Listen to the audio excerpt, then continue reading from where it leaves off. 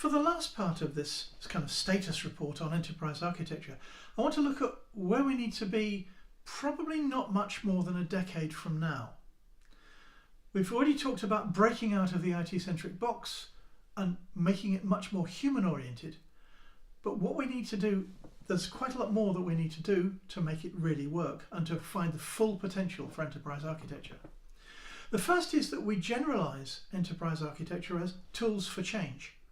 What we bring to the story is an idea that things work better when they work together on purpose. We're talking about connection, about purpose, about alignment, about getting things to dance. So what we have in enterprise architecture when it's fully reworked is a kind of generic toolkit for integration, for connection, for relations, for services across an entire context. Though we note that this is about decision support, not decision making. We support the decision makers. We don't try to usurp their role. Crucially, we don't get hung up anymore about the idiocies of the BDAT framework of business data applications technology. We're covering the entirety of the scope, the human issues, the non-IT technology just as much as the IT, and the way they all interweave with each other.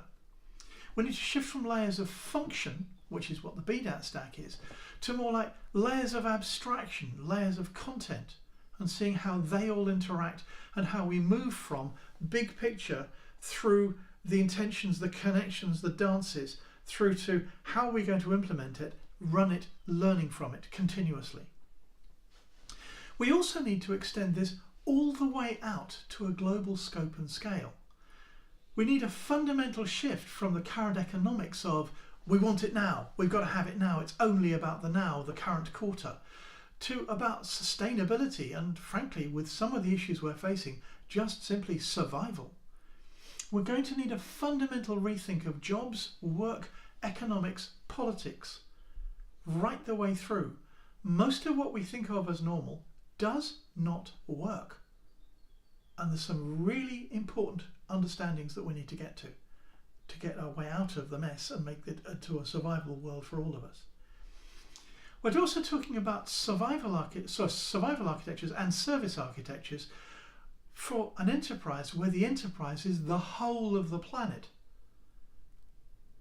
right up to a truly, literally global scale. But also we need to be aware right from the start that the politics of this are huge. And making connections even across a small organisation is relentlessly political. So we need to get some practice in on how to make that work. That's the current situation. That's what we need to be heading towards if enterprise architecture is to reach its full potential.